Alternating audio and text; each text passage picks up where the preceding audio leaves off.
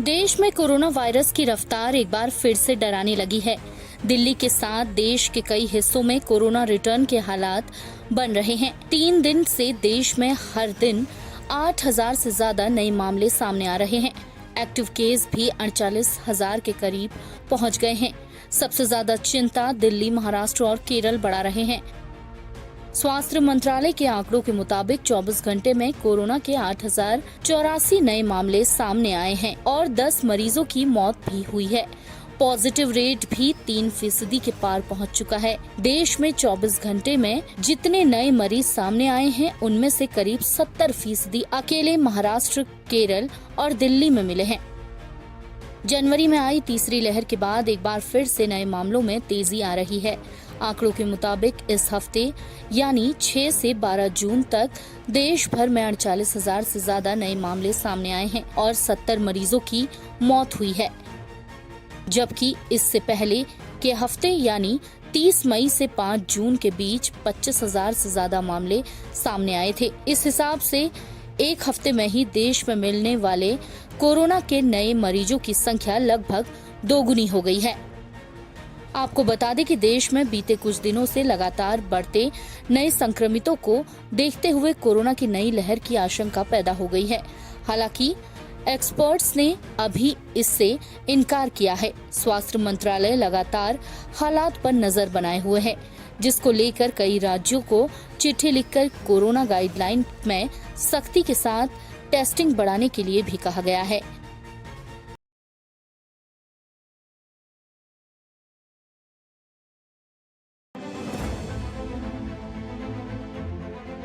गोली 6 और आदमी 3, बहुत नाइंसाफी है।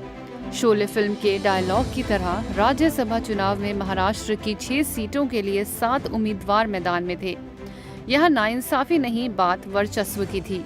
यहाँ सीधे तौर पर बीजेपी के पूर्व मुख्यमंत्री देवेंद्र फडणवीस और शिवसेना चीफ सीएम उद्धव ठाकरे की प्रतिष्ठा दांव पर लगी थी।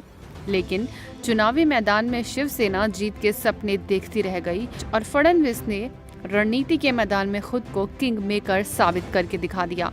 रात भर चली गहमा-गहमी के बाद आखिरकार 4 राज्यों में 16 सीटों पर हुए राज्यसभा चुनाव के नतीजे सामने आ गए।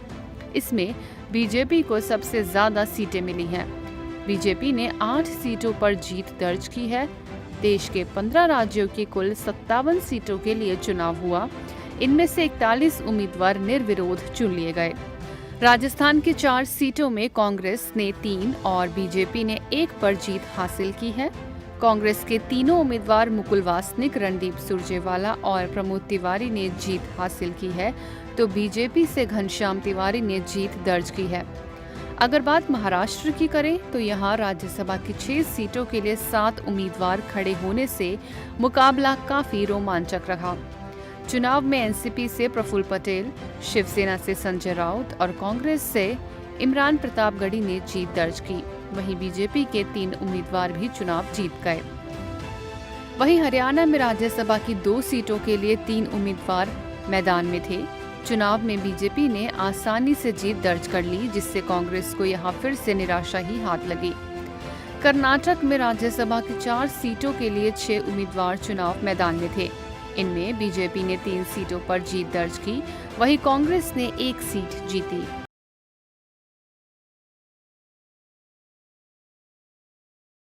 हेराल्ड मामले में राहुल गांधी की आज ईडी दफ्तर में पेशी होनी है, तो वहीं कांग्रेस मुख्यालय के बाहर दिल्ली पुलिस ने इस पूरे इलाके को छावनी में तब्दील कर दिया है। ये वो मुख्य सड़क है अकबर रोड, जहां पर कांग्रेस मुख्यालय मौजूद है, लेकिन अगर आप तस्वीरों में देखें तो ये पूरा रोड इस वक्त सन्नाटे में पसरा हुआ है और तमाम पुलिसकर्मियों को तैनात किया गया है, जिसकी खास वजह है कि यहाँ से पार्टी के नेताओं ने ये प्लान बनाया है, ये योजना बनाई है कि यहाँ से जब राहुल गांधी ईडी के सामने पेश होंगे तो यहाँ से एक मार्च निकाला जाएगा, जिसमें तमाम पार्टी के कार्यकर्ता शामिल होंगे, जिसकी दिल्ली पुलिस ने इजाज़त फ़िलहाल नहीं दिया। और इजाज़त ना मिलने की वजह से आप देखिए इस पूरी सड़क को जो है पुलिस ने चारों तरफ से घेर लिया। यानी कांग्रेस मुख्यालय की ओर आने वाले जितने भी रास्ते हैं, अकबर रोड के रोड पर आने के लिए जितने भी रास्ते इस वक्त दिल्ली के अंदर यहाँ आसपास मौजूद है, इंडिया गेट से चाहे जनपद से, उन सभी को ब्लॉक कर दिया गया है।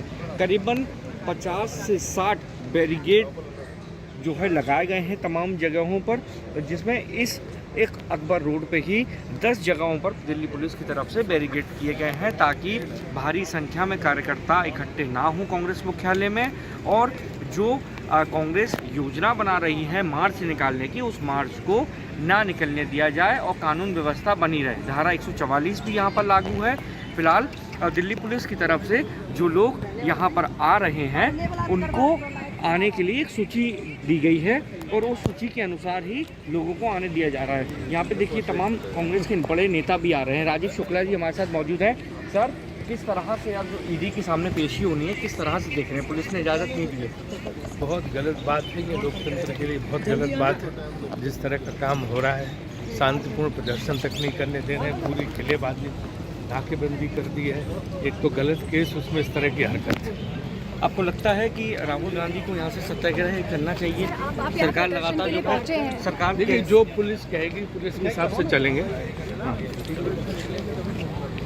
भाई पूरी दिल्ली की नाकेबंदी करती गई जो पूरी तरह से अनुचित। भाई थोड़ा तो पीछे हो जाए। इस तरह एक शांतिपूर्ण प्रदर्शन अगर कांग्रेस के लोग करना चाहे तो उन्हें कर देना चाहिए। एक तो कोई केस में दम नहीं, बिला वजह का केस बनाया गया गांधी परिवार को फंसाने के लिए। उसके बावजूद जो है जो शांतिपूर्ण प्रदर्शन कांग्रेस के लोग करना चाहते हैं वो भी नहीं करने दिया जा रहा है। इससे ज़्यादा गलत बात कोई लोकतंत्र में ये थे राजीव शुक्ला, जिनका साफ तौर पर कहना है कि ये बहुत गलत दिल्ली पुलिस कर रही है और इस तरह से एक प्रदर्शन जो शांतिपूर्ण जिस प्रदर्शन को हम निकालने की कोशिश कर रहे हैं उसे भी नहीं निकाला जा रहा है। फिलहाल तमाम जो नेता हैं वो अंदर इकट्ठे हो रहे हैं। अब इसके बाद राहुल गांधी बताया जा रहा है कि पहले कांग्रेस मुख्यालय आएंगे, यहाँ से फिर वो ईडी के सामने पेश होंगे।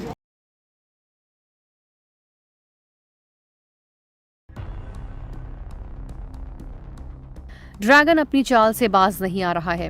पूर्वी लद्दाख में चीन लगातार अपनी ताकत को बढ़ा रहा है। अब उसने पूर्वी लद्दाख सेक्टर के पास अपने होटन एयरबेस पर 2 दर्जन से ज्यादा लड़ाकू विमान तैनात किए हैं। इस बात की जानकारी ऐसे समय सामने आई है जब 2 दिन पहले ही आला अमेरिकी सैन्य अधिकारी ने पूर्वी लद्दाख इलाके में चीन के बढ़ते सैन्य निर्माण को चिंताजनक और आंखें खोलने वाला बताया था। खबरों के मुताबिक चीनी एयरफोर्स ने होटन एयरबेस पर 25 लड़ाकू विमान तैनात किए हैं। इनमें J-11 और J-20 फाइटर प्लेन शामिल हैं। पहले चीन ने इस बेस पर MiG-21 सीरीज के लड़ाकू विमान तैनात किए थे, लेकिन अब जो विमान तैनात किए गए हैं वो ज्यादा आधुनिक और ज्यादा क्षमता वाले हैं।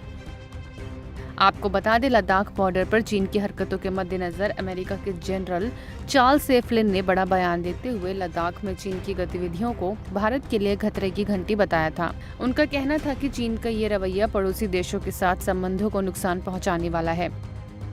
दूसरी ओर सूत्रों के मुताबिक चीनी एयरफोर्स भारतीय सीमा के पास नई हवाई पट्टी भी बना रही है, जिससे वो काफी पास से भी मिशन को अंजाम देने में सक्षम हो जाएगी।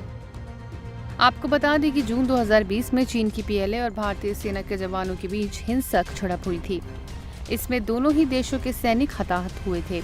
हालांकि इस घटना के बाद से दोनों देशों के बीच कई दौर की बातचीत हो चुकी है, जिनमें से 12 से ज्यादा बैठकें कमांडर लेवल पर हुई हैं, लेकिन अभी तक कोई ठोस समाधान नहीं निकल सका है।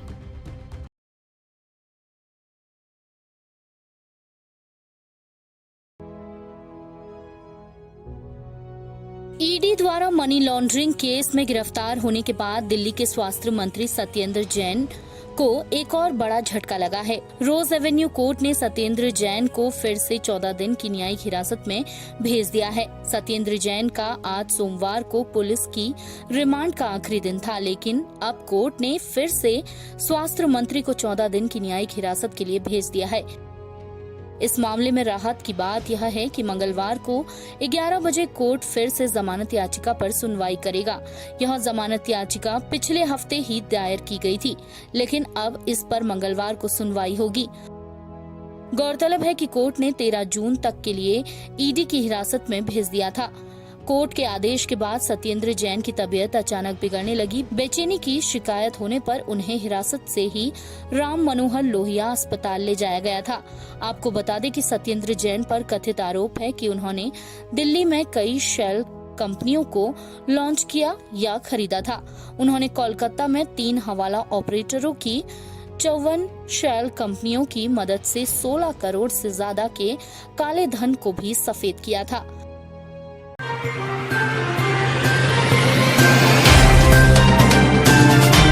Subscribe now and press the bell icon. Never miss an update.